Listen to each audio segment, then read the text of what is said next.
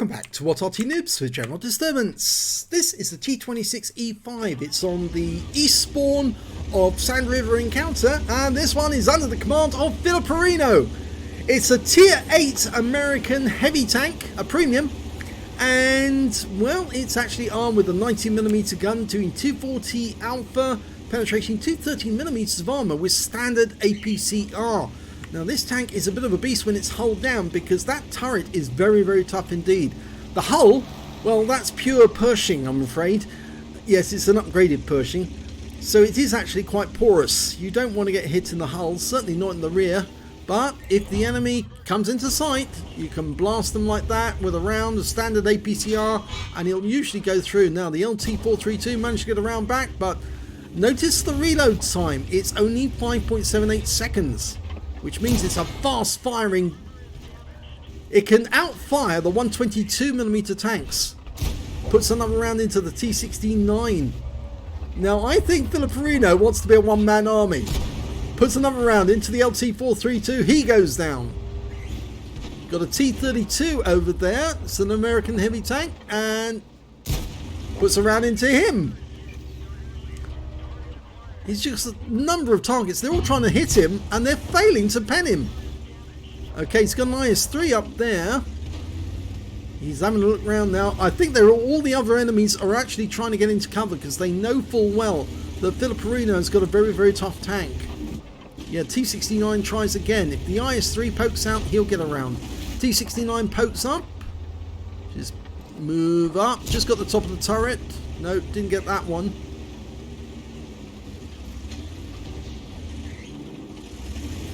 The T26E5 also has a brother called the Patriot, which is decked out in fancy clothes saying "We the People" on the barrel. It's a bit too gaudy actually for me. I do like the stars and stripes on the tank. It's actually quite a nice idea, but it's a bit too easy to identify for what it is, and I do like the ability to actually confuse people as to actually what you are, and that's why I have a 252U and not a Defender. Because people ignore the 252U, they don't ignore the Defender.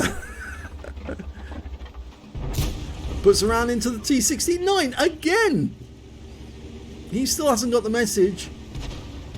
Well, he took one round from a Star 2, and oh, there's somebody with the Des Games colours on that one. And well, pokes over the ridgeline and puts around into the UDES, and everybody ignores him. Everybody puts one into the turret of the UDES. They must be blind. I think they're actually watching the 7032 below him. He took a round in the tracks from the UDES this time, but all that's going to happen is he's going to put another round into the UDES. 244 this time. Isn't it a beast? This tank is really, really, really good. Oh, Samuo, get around into him. That's got an auto loader. We don't want that thing to perforate us, but we can get that SU-152. It's actually an ISU-152. The T-32 just tracked us. We've repaired those, pulled back, and oh, didn't get the 53 TP. Hit us in the tracks again. T-32 got that one. 264 high roll.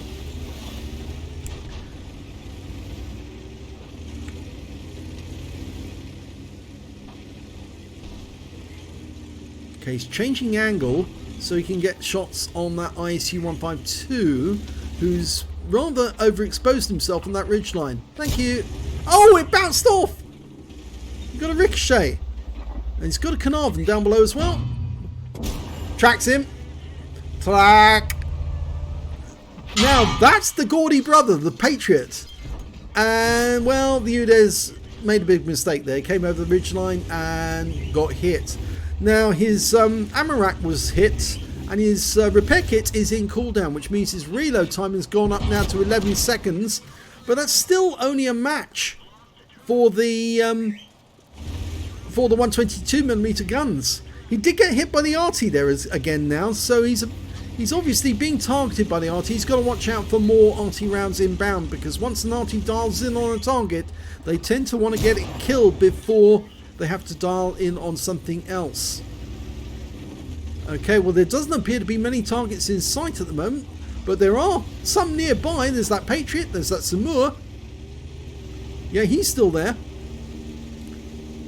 according to the meter, he's actually done 4,214 hit points of damage. There's the T26E5 around into our ass.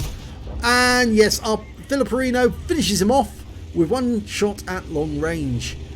Very cheeky thing, he actually shot right into our engine deck and left us on only 4 hit points, which makes it pretty difficult now to play the game. But there is a Samur just around the corner, and he's in even a worse state than us.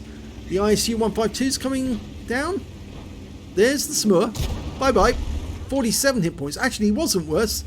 But now that Filiperino is hull down, he'll just keep pumping these rounds in until the enemy gets the message.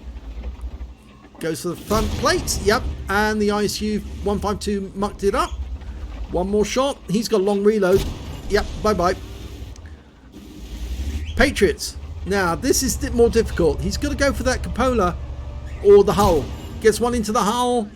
Bounces the round that came back. He was hull down, so the turret had saved him. Pops up. Ricochets off the hull. Now, he needs to be careful with this guy because he's got the same tank. Basically, just a different colour scheme. Go for the cupola. Missed it, but didn't pen. Didn't pen, actually, not missed. There, you can see that's where the shell went. Go for the cupola. Yes, but only did critical damage, so must have hit the observation device. Now hit him! Yes, one in through the side. He's a one-shot now. Saying goodnight, Gracie. Yep, he's gone. One enemy left. It's the IS-3. He's surrounded by an IS-3 and a TVP. We're not going to get there before he does. I didn't actually remark that the Filiperino actually did fix his ammo rack when his repair kit came off cooldown. He was actually quicker on it than I was. We just decided we're going to saunter about and see if we can get the IS-3 from a different angle. But no, there was no way we're going to get anything off him. He's surrounded by our guys, and there he goes. But that was a hell of a battle, that was. Look at the damage to this. 4 hit points is all he's got left. 4 hit points. Let's have a look at the end of battle stats. Oh my god, look at this. What a result.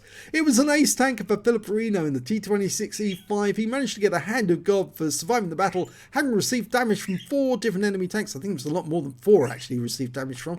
He actually got a spotter badge for spotting 1,000 hit points of damage, a bruiser medal for getting at least 5 critical hits. He got 12 in that one, a duelist, a fighter, and a fighter effect.